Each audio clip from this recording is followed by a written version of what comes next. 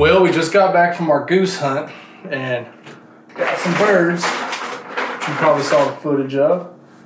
And what I'm going to do now, something you want to make sure that you do every single time you get wild game, is you want to go through it, make sure that there's no shot in it. In this case, we're using BB size 12 gauge shells. So you want to go through and make sure that you don't have any kind of BBs in there, because all it takes is one little chomp on it and it'll break your teeth. So you want to make sure you go through, and it's helpful to have a knife. If you see any areas, you can see where entry wounds were and stuff like that. And it's also a good time to clean up the meat if there's any fat, which, I mean, goose is very lean, especially these breasts. So, I mean, you'll have like a little bit of, you know, on the edges, but really nothing that is really needed to take off. But you can clean it up a little bit since you have a knife anyways, but you're going to be looking for shot.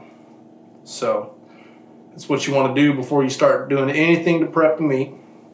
What I'm going to do in this case is some of these are going to be for fajitas, some are going to be for like pulled barbecue sandwiches. So some of them are going to be slow cooked, the others are going to be sliced or filleted open, and then I'm going to go ahead and tenderize them, marinate them, and make some fajitas out of those ones. So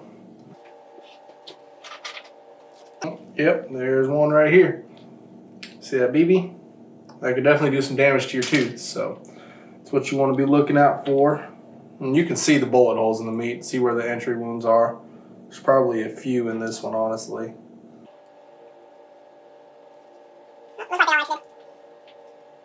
But, yep, at least we got that one out.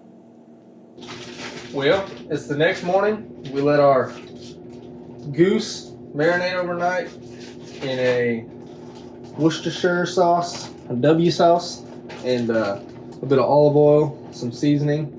And so we're gonna go ahead and slow cook these guys so we can make the pulled barbecue sandwiches.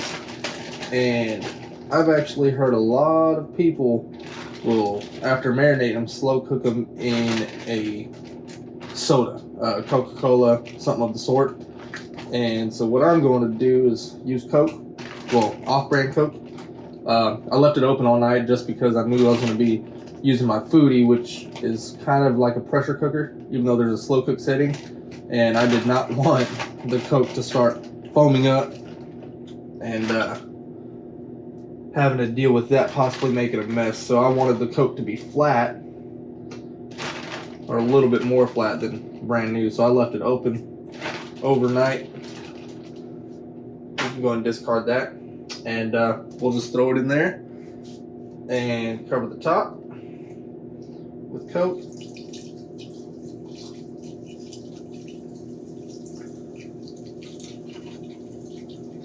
And slow cooker for about 6 to 8 hours on low. Come back and shred it.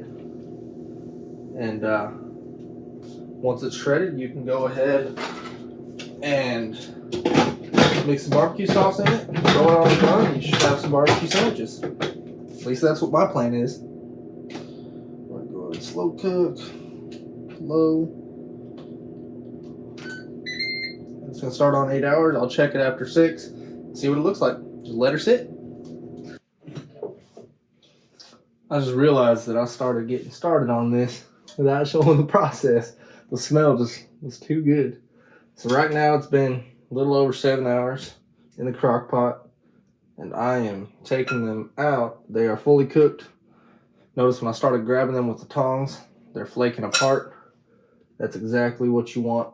You want it to start falling apart, almost like a roast, how it shreds up. And I'm gonna take it out and put it in a big glass bowl. Take a couple forks to it, and go ahead and start shredding it out for the shredded barbecue sandwiches.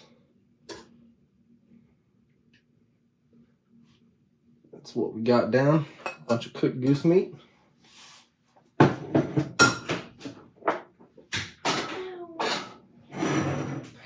you're going to take your mixture, go ahead and put it back. Or you can eat it just how it is.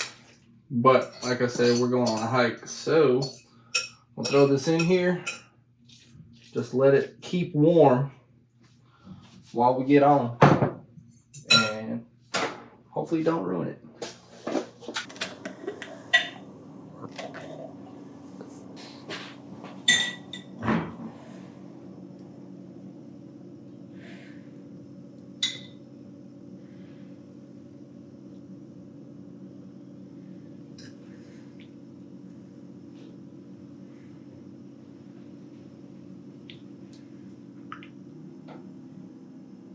What do you think? I think it's good. I like it. It literally tastes like pork. Yeah. I'm surprised. I expected it to be less porky, more gamey. Well, the next thing that we're going to make with this goose, not sure if I'm going to make this a part 1 or a part 2 video yet, so this may be the beginning of part 2. But we're going to make some fajitas. That's what a lot of the listeners voted on, so we're going to go ahead and start by cutting up some veggies. And the way that I like my bell peppers in fajitas is in slivers. So I'm just going to cut the outside, leave the root or the seeds all in the middle of the bell pepper. They come out all at once.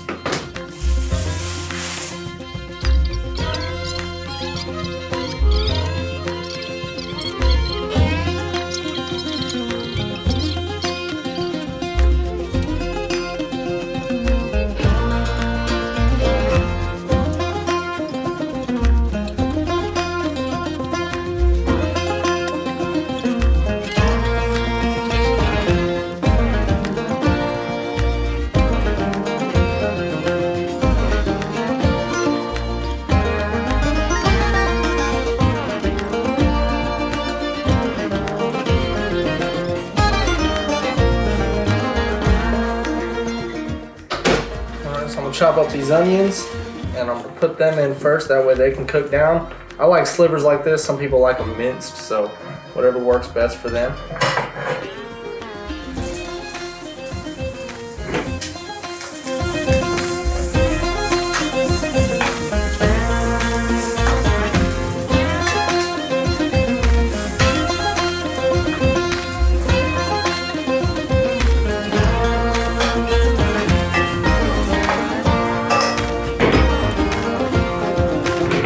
And while those onions cook down, I'm going to take the goose meat and I'm going to start cutting it against the grain.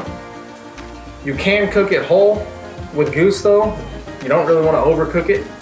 And so if I wanted to get a good, crust on the outside and get the meat cooked, it'll dry it out. So this goose has been marinating. I'm going to use a different knife from what I use for the vegetables. I'm going to cut it across the grain in slivers. And if you do have thick pieces of meat, you can cut those in half already.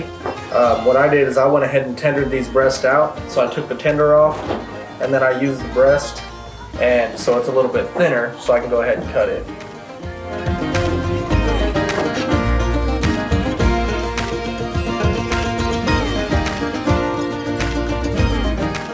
Now that the onions are getting fragrant, we're going to go ahead and throw our bell peppers in.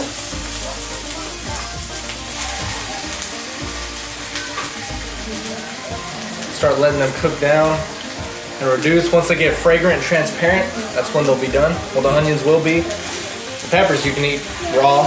I like them a little cooked, a little bit softer. Mix them all up together, let them cook down. Then I'll put them on the side and start cooking the meat next.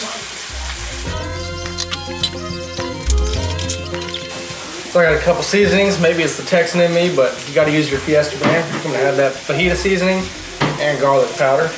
Go ahead and throw a little bit of the garlic powder in with the vegetables. Since I didn't use minced garlic this go around, put a little bit in the marinade for the goose, but that's about it.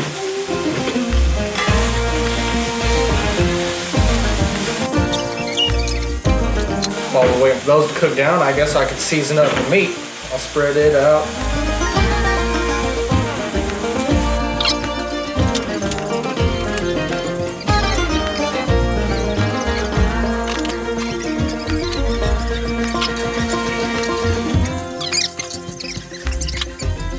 Go and turn it up a little more. I had it on medium for the vegetables. I'm going to put it medium high now.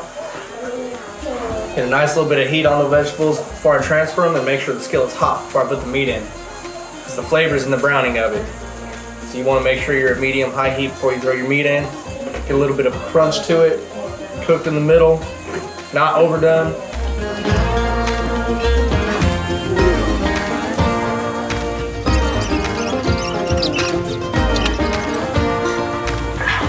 Alright, And now these are starting to get transparent. The onions are transparent. The bell peppers are getting soft.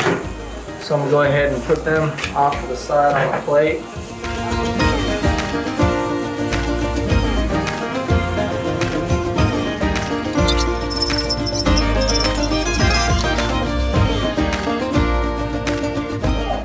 And let that cast iron heat up a little bit more.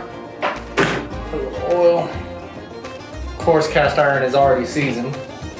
You always want to make sure you're cooking with a seasoned cast iron.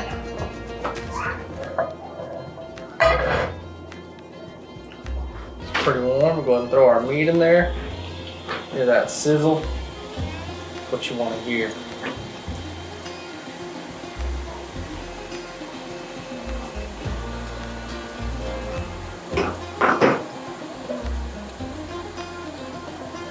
And of course, we're going to use some white corn tortillas for these fajitas. So, some people like flour, some people like corn.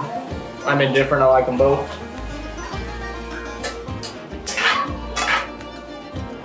Spread them out and let them get nice and crisp on the edges.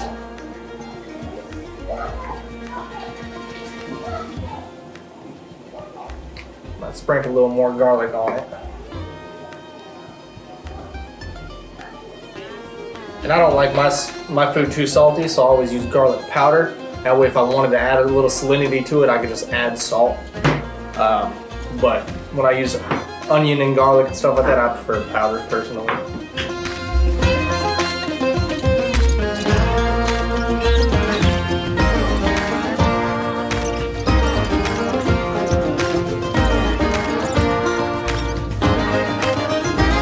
This meat.